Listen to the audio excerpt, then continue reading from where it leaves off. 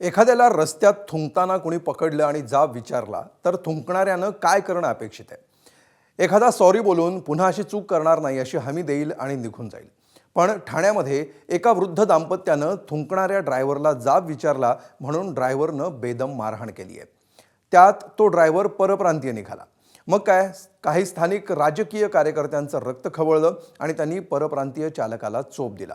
मात्र ड्रायव्हरची सर्वात मोठी चूक कोणती? तो परप्रांतीय असणं ही आहे की थुंकण्याबद्दल जाब विचारणाऱ्या वृद्धाला मारहाण करणं ही? बघूया.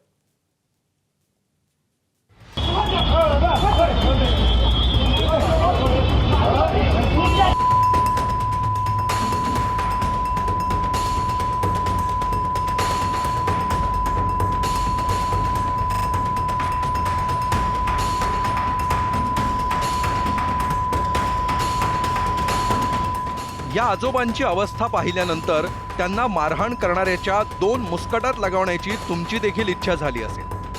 ही दृश्य पाहून कुणाच्याही तळपायाची आग मस्तकात जाईल.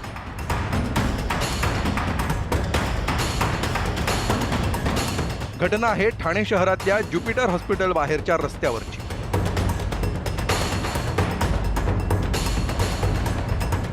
आपल्या वडिलांच्या वयाच्या व्यक्तीवर हात उचलणारा हा आहे एक परप्रांतीय कॅब ड्रायव्हर.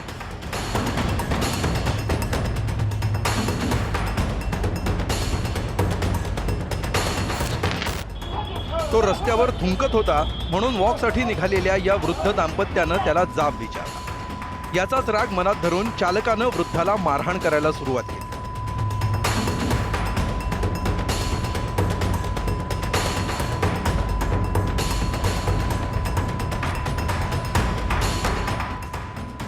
मारहाणीनंतर या वृद्ध व्यक्तीला स्वतःच्या पायावर उभं राहणं देखील कठीण झालं होतं.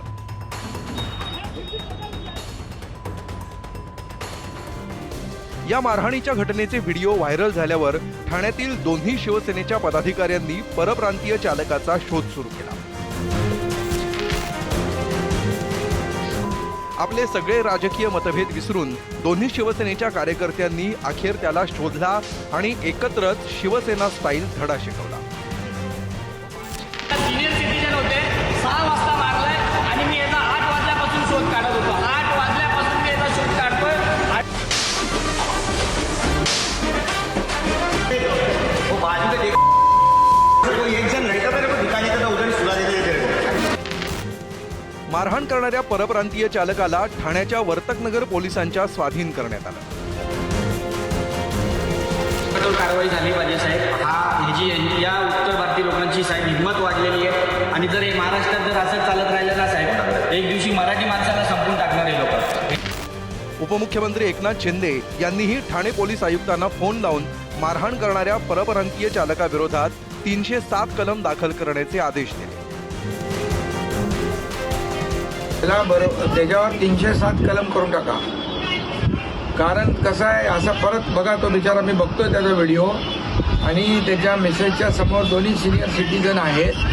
असं जर झालं तर काय कोणी म्हणजे कचरा टाकू नये, थुंकू नये असं म्हणणं गुन्हा आहे का?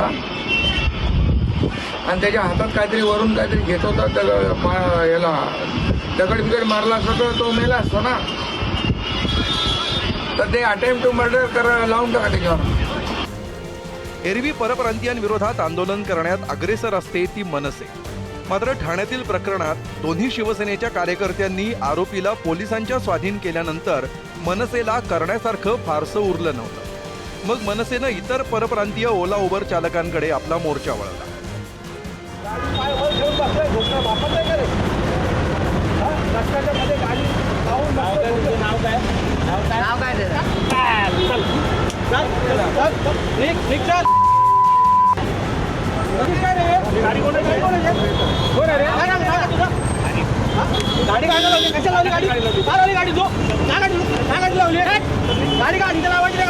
त्यांनी आमच्या लोकांना मारल्यावर काही होत नाही, बरोबर आहे. आम्ही मारल्यावर लगेच त्याचं समर्थन होणार की नाही याच्यावर प्रश्नचिन्ह उचललं जातं. वा रे वा, असं कसं होईल ना?